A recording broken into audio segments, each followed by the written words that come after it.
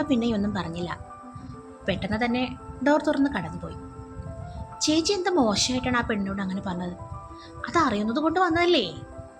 ഉവ്വ ഇവളുമാരുടെയൊക്കെ ഉദ്ദേശം എന്താണെന്നേ എനിക്ക് നന്നായി അറിയാം.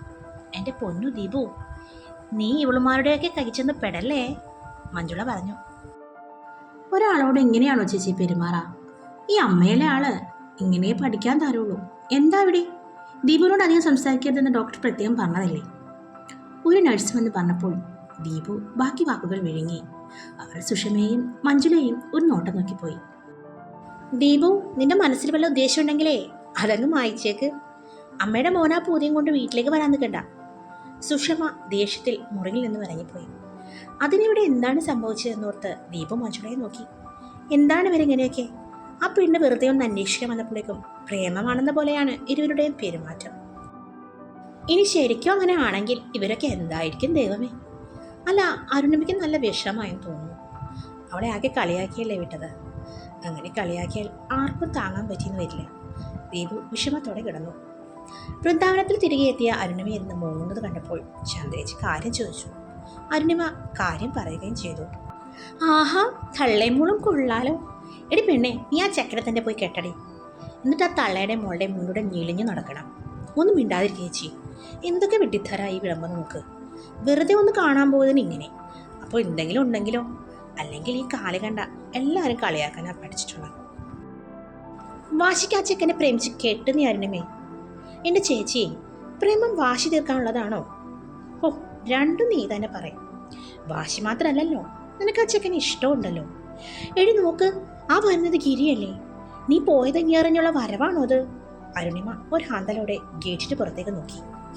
ശോ, ഇനി ഈ വരവ് ഞാൻ പോയത് അറിഞ്ഞിട്ടാണോ മാതാവേ? അരുണിമ സ്വസ്ഥതയില്ലാതെ നിന്നു. ഓട്ടോയിൽ പോയി ഓട്ടോയിൽ തന്നെയല്ലേ പെണ്ണിനെ തിരികെ വന്നത്? ഇവൻ കാണാൻ വല്ല വഴിയുണ്ടായിരുന്നോ? ഗിരി നടന്നെത്താറായപ്പോൾ ചന്ദാമ ചേച്ചി പതുക്കെ ചോദിച്ചു. അറിയില്ല ചേച്ചി. അറിഞ്ഞിട്ടുണ്ടെങ്കിൽ ഇന്നിവിടെ എൻ്റെ മോന്ത പിടിച്ച ചോരിക്കൊണ്ടായിരിക്കും. അമ്മാതിരി സാധനം അത്. സഹിക്ക തന്നെ, വേറെ നിർത്തിയില്ലല്ലോ. ശരി, നീ ധൈര്യമായിരിക്കേ. ചിലപ്പോൾ അതൊന്നും ആവില്ല. ഗിരി അടുത്തേക്ക് വന്നപ്പോൾ അരുണിമയ്ക്ക് മുഖത്തേക്ക് നേരെ നോക്കാൻ ഒരു ബുദ്ധിമുട്ട് തോന്നി. ഇന്നേ വരെ കള്ളത്തരം ഒന്നും ഒപ്പിച്ചിട്ടില്ല. നുണ പറയാൻ അറിയാത്തത് കൊണ്ടാവും തന്നിൽ ഈ പതർച്ച എന്നവൾ സ്വയം മനസ്സിലാക്കി. എടി, എന്താ നിനക്കെന്നെ കണ്ടപ്പോൾ ഒരു പരുങ്ങൻ? എന്നെ പോലീസ് തൂക്കിയെടുത്ത് ലോക്കപ്പിൽ കൊണ്ടുപോയിട്ടെന്ന് വിചാരിച്ചോ നീ? ഇത്തിരി പരിഹാസം കലർന്ന ഭാവത്തിലായിരുന്നു അരുണിമയുടെ പ്രതികരണം. അത് പറയുമ്പോൾ നിന്റെ മുഖത്തെന്താടി എന്തോ ഒരു ഇത്? അല്ല, ഗിരിയേട്ടനെ എന്താവോ പോലീസ് പൊക്കാഞ്ഞത്? അത് ഗിരിയേട്ടന്റെ കഴിവല്ല, പോലീസിന്റെ കഴിവേടുമല്ല.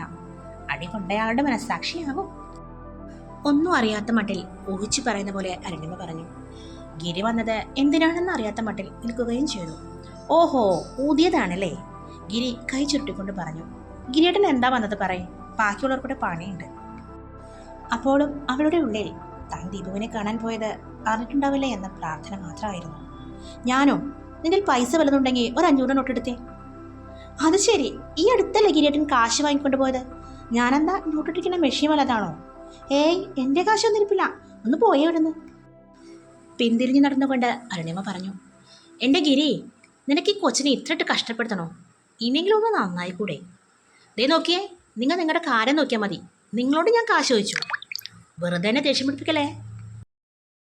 ഗിരി അടുത്തേക്ക് ചെന്ന് നാവ് കടിച്ചുകൊണ്ട് പറഞ്ഞപ്പോൾ ചന്ദ്രമ്മ ചേച്ചിയുടെ നാവ് പെട്ടെന്ന് ഇറങ്ങിപ്പോയി. ദേ ചേച്ചിയെ, ഒന്ന് പറയാൻ നിൽക്കണ്ട. ഗിരിയേട്ടാ, എൻ്റെ കാശിലൊന്ന് പറഞ്ഞില്ലേ? ഇതിന് ബാഗ് നോക്കട്ടെ. ഞാൻ ഇവിടെ കിടന്ന് ഒച്ച ഉണ്ടാക്കി ഞാൻ ഒച്ച വെച്ച് പോവും. വേണമെങ്കിൽ പോയിക്കോ. കൈ ചൂണ്ടിക്കൊണ്ട് അരുണിമ പറഞ്ഞു. എടീ, കിടന്ന് തിളക്കല്ലേ. പുല്ലേ, നീ വീട്ടിലേക്കല്ലേ വരുന്നത്? ഇപ്പോൾ തരാടി. ഗിരി തുപ്പിക്കൊണ്ട് മുണ്ടും മുറുക്കി കുത്തി ഒരു പോക്ക് പോയി. അതുകൊണ്ട് ചന്ദ്രമ ചേച്ചി പേടിയോടെ പറഞ്ഞു. ഓ, നിന്നെ വീട്ടിൽ ചെല്ലുമ്പോൾ അവൻ വെറുതെ ഇരിക്കില്ല അല്ലേ പെണ്ണേ. അതൊക്കെ ശീലമായി ചേച്ചി, എന്തെല്ലാം ആവട്ടെ. അരുണിമ അതും പറഞ്ഞ് വളം റെഡിയാക്കാൻ പോയി. ഛേ, അരുണിമേച്ചി വന്നിട്ട് അമ്മയും പെങ്ങളും അങ്ങനെ പറഞ്ഞു? വളരെ മോശമായി ദീപേട്ടാ.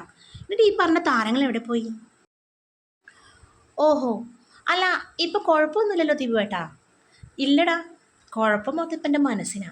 എന്തോ ദീപേട്ടാ? അമ്മയും മഞ്ജുളച്ചിയും പറഞ്ഞത് കേട്ടില്ലേ? ഞാനെന്തിനാ ആ പെണ്ണിനെ സ്നേഹിക്കുന്ന പോലെയാ. അത് ശരി, അപ്പോൾ ഇഷ്ടം ഇതുവരെ ഉണ്ടായിരുന്നില്ലേ? അങ്ങനെയല്ല, അതൊരു എന്താ പറയുക, ഇപ്പോൾ അത് ഭയങ്കരമായി കൂടിയൊരവസ്ഥ. അതിനൊരു ജീവിതം കൊടുക്കുക എന്നൊക്കെ പറയില്ലേ, അതുപോലെ. അമ്മ പറഞ്ഞപ്പോഴാണ് ഞാൻ അതിനെക്കുറിച്ച് ചിന്തിക്കുന്നത് തന്നെ. കല്യാണത്തെ പറ്റിയാണോ ദീപൂട്ടൻ പറയുന്നത്? അതേടാ. ആഹാ, ബെസ്റ്റ്. അപ്പോൾ അളിയനും അടുത്ത സ്റ്റണ്ട് ഉറപ്പ്. അല്ല, അതിന് ചേച്ചിക്ക് ഇഷ്ടമാണോന്ന് അറിയണ്ടേ? വേണം. അതെങ്ങനെ? എനിക്കൊന്നും അറിയില്ല മഹി, എനിക്ക് തോന്നിയത് ഞാൻ പറഞ്ഞതാ. ഇവിടെ നിന്ന് ഇറങ്ങിക്കോ, എന്നിട്ട് നേരിട്ട് ചെന്ന് കാര്യം പറഞ്ഞാൽ മതി. വാതിൽക്കിൽ നിന്നും ഒരു ചുമ കേട്ട് ദീപവും മഹിയും തിരിഞ്ഞു നോക്കി.